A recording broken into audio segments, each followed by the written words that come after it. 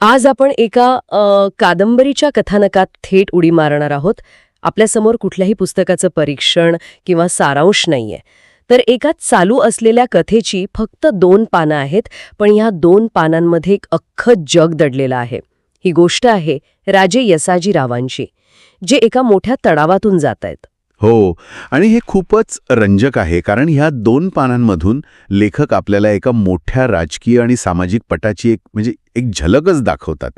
एका छोट्याशा प्रसंगातून पात्र कशी उलगडत जातात, त्यांचे एकमेकांशी असलेले संबंध आणि पुढे काय घडू शकतं याचे संकेत कसे मिळतात याचाच आपण आज मागोवा घेणार आहोत. चला तर मग सुरुवात करूया कथेच्या मूळ पात्रापासून. राजे यसाजीराव. पहिलंच वाक्य आपल्याला सांगतं की त्यांच्या मस्तकात फुटाणे उडत होते. म्हणजे हे फक्त चिडणं आहे की यामध्ये काहीतरी खोलवरची अस्वस्थता आहे? मला वाटतं ही फक्त चिडचिड नाहीये, ही एक प्रकारची काय म्हणतात त्याला, नपुंसक चीड आहे. त्यांच्याकडे प्रचंड शारीरिक ताकद आहे, पण ती वापरण्यासाठी त्यांना योग्य संधी किंवा तो मान मिळत नाहीये. त्यांच्या दिनचर्येवरूनच आपल्याला त्यांच्या क्षमतेचा अंदाज येतो. हो, त्यांची दिनचर्या तर म्हणजे आजच्या काळातल्या फिटनेस गुरूंना सुद्धा लाजवेल. रोज सकाळी फक्त पावशेर दूध प्यायचं आणि 6-6 तास व्यायाम करायचा. ते स्वतः एका तगड्या मल्लासोबत कुस्ती खेळतात. म्हणजे शरीर तर पोलादी बनवलंय, पण मन अशांत आहे. आणि त्यांना खटकणारी गोष्ट ही आहे की एवढं सगळं असूनही शिलेदार देशमुख त्यांना मान देत नाहीत. बरोबर. आणि इथेच त्यांच्या पात्राला एक वेगळी खोली मिळते. ते राजे आहेत, पण त्यांना मुनिमाचं काम करावं लागतंय, हिशोब तपासावे लागतायत. त्यांच्याकडे शारीरिक बळ आहे, पण सामाजिक प्रतिष्ठा नाहीये. हा जो विरोधाभास आहे तो त्यांच्या स्वभावातली चिडचिड निर्माण करतो. त्यांना मान का मिळत नाहीये? कदाचित त्यांच्या घराण्याची पार्श्वभूमी इतरांसारखी उच्च नसेल, की त्यांची ताकदच इतरांच्या डोळ्यात खुपतीये. हा एक महत्वाचा मुद्दा आहे. कदाचित ते सेल्फमेड असतील, ज्यांना प्रस्थापित सरदारांच्या गटात स्थान मिळवण्यासाठी संघर्ष करावा लागतोय. आणि याच धुमस्त्या वातावरणात 2 अनोळखी माणसं येतात, एक पैलवान आणि त्याचा वस्ताद. आता यामुळे हा संघर्ष कमी होणार की वाढणार? आणि कथानकात हेच तर वळण आहे. या पैलवानाचं नाव आहे खंडेराय. त्याचं वर्णनही खूप आकर्षक आहे. तो अंगापिंडाने थिप्पड म्हणजे धिप्पाड आहे, पण लेखक म्हणतात की त्याच्याकडे पाहिल्यावर कुणीही त्याच्या प्रेमात पडेल. म्हणजे त्याच्यात राखडपणासोबत एक प्रकारचं आकर्षणही आहे. साधारण 20-25 वर्षांचा तरुण. आणि येसाजीराव त्याचं कौशल्य लगेच ओळखतात. ते त्याच्या शरीरयष्टीवर नाही तर त्याच्या डावपेचांवर खुश होतात. ते म्हणतात, आमच्या भीमाला इतक्या सुंदर डावपेचांत अडकवून चित करणारा पैलवान साधूसुद्धा नाही. यातून येसाजीरावांचा मोठेपणा दिसतो. ते एका चांगल्या कलाकाराची, एका चांगल्या पैलवानाची कदर करतात. अगदी. इथे 2 प्रोफेशनल्स एकमेकांना भेटत आहेत. एक राजा म्हणून नाही तर एक कुस्तीचा जाणकार म्हणून यसाजीराव खंडेरायकडे पाहतात. ते त्याच्या कलेचं कौतुक करतात आणि त्याला बक्षीस देऊ करतात, पण मग गोष्ट एका अनपेक्षित वळणावर जाते. हो, कारण खंडेरायचे वस्ताद बक्षिसाऐवजी थेट नोकरीच मागतात. ते म्हणतात, राजे, मला द्यायचंच असलं तर तुमच्या तालमीत आश्रय द्या. हे जरा विचित्र नाही का? सामान्यतः पैलवान इनाम घेऊन निघून जातात, पण हे तर इथेच राहण्याची मागणी करत आहेत. हे विचित्र वाटू शकतं, पण यात त्यांची दूरदृष्टी दिसते.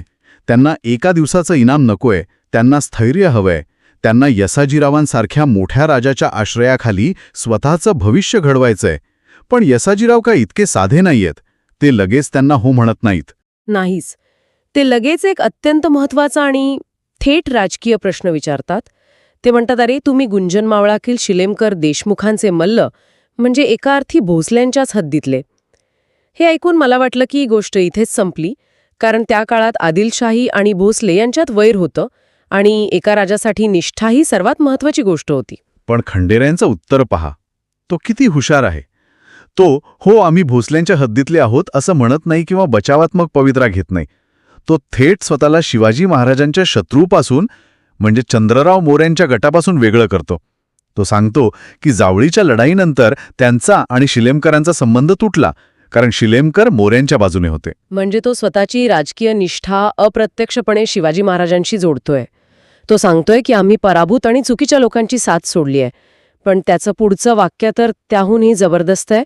तो म्हणतो, तुम्ही नाही म्हणालात तर सरळ, रायरी गडावून शिवाजी राजांची चाकरी पत्करायची कामही. हाच तर या संवादाचा क्लायमॅक्स आहे. तो येसाजीरावांना धमकी देत नाहीये, तर तो त्यांना एक डील ऑफर करतोय.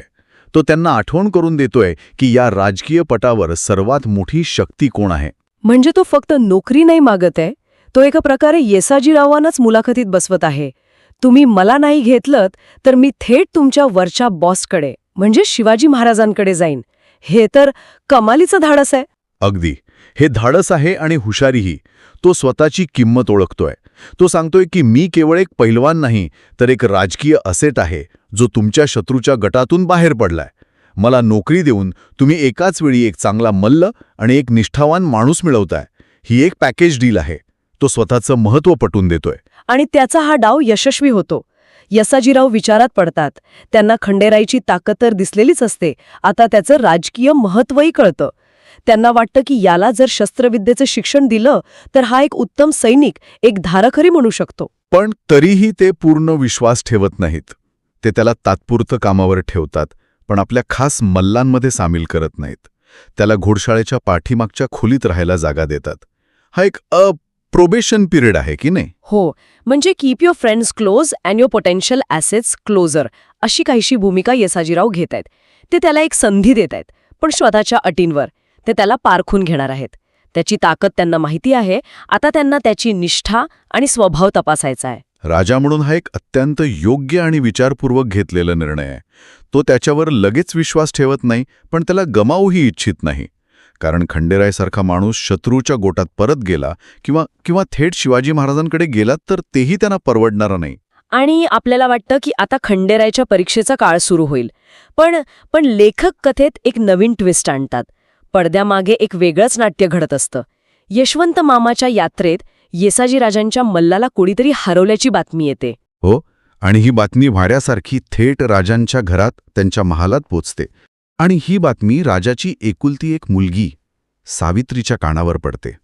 आणि इथे आपल्याला या महत्वाच्या स्त्री पात्राची ओळख होते. तिचं वर्णन खूप सुंदर केलं आहे. अतिशय रूपवान, गोरापान चेहरा, सतेज कांती, साक्षात राजलक्ष्मी असं म्हटलं आहे. या वर्णनावरूनच कळतं की तिची भूमिका कथानकात महत्वाची असणार आहे. नक्कीच. तिचं वर्णन म्हणजे लेखक आपल्याला संकेत देत आहेत की ही एक सामान्य स्त्री पात्र नाही. ती कथानकाच्या केंद्रस्थानी येऊ शकते. आतापर्यंत आपण फक्त पुरुषांच्या जगात होतो. राजे, पैलवान, सरदार. आता सावित्रीच्या प्रवेशाने कथानकाला एक नवीन आणि भावनिक पदर मिळण्याची शक्यता निर्माण झाली आहे. म्हणजे आता एक प्रकारचा त्रिकोण तयार होतोय का? एकीकडे येसाजीराव ज्यांना मान हवा आहे, दुसरीकडे नवीन आलेला महत्वाकांक्षी खंडेराय, आणि तिसरा हा यशवंतराव नावाचा अज्ञात पण ताकदवान प्रतिस्पर्धी ज्याने राजाच्या मल्लाला हरवला आहे. आणि या सगळ्याच्या मध्ये कदाचित सावित्री असेल. बरोबर. आता कथानक फक्त राजकीय निष्ठेपुरतं मर्यादित राहिलेलं नाहीये. आता त्यात व्यावसायिक स्पर्धा, वैयक्तिक ईर्ष्या आणि कदाचित कौटुंबिक नात्यांची गुंफण होण्याची शक्यता आहे. यशवंतराव कोण आहे, त्याचं आणि येसाजीरावांचं वैर जुनं आहे का, या सगळ्या प्रश्नांमुळे कथानकाची उत्सुकता प्रचंड वाढली आहे.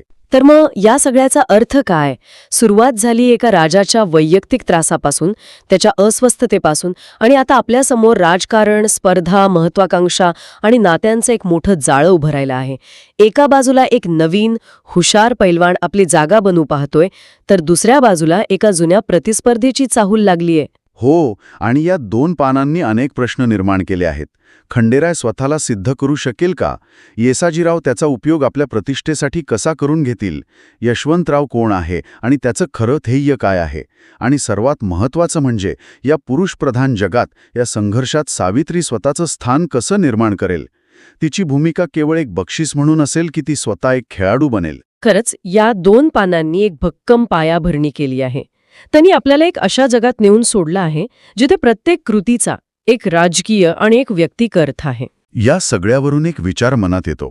त्या काळात कौशल्य म्हणजे स्किल आणि निष्ठा, लॉयल्टी या 2 वेगवेगळ्या गोष्टी नव्हत्या. तुमचं कौशल्य हे तुमच्या निष्ठेचं प्रदर्शन होतं. तुम्ही कोणासाठी लढता यावर तुमची किंमत आणि तुमचं स्थान ठरत होतं. एक पैलवान हा केवळ एक खेळाडू नव्हता, तर तो एक राजकीय मोहरा होता. म्हणजे you are who you work for. आजच्या कॉर्पोरेट जगातही हे कुठेतरी खरं आहे की नाही, पण त्या काळात तर यावर तुमचं आयुष्य आणि मरण अवलंबून होतं.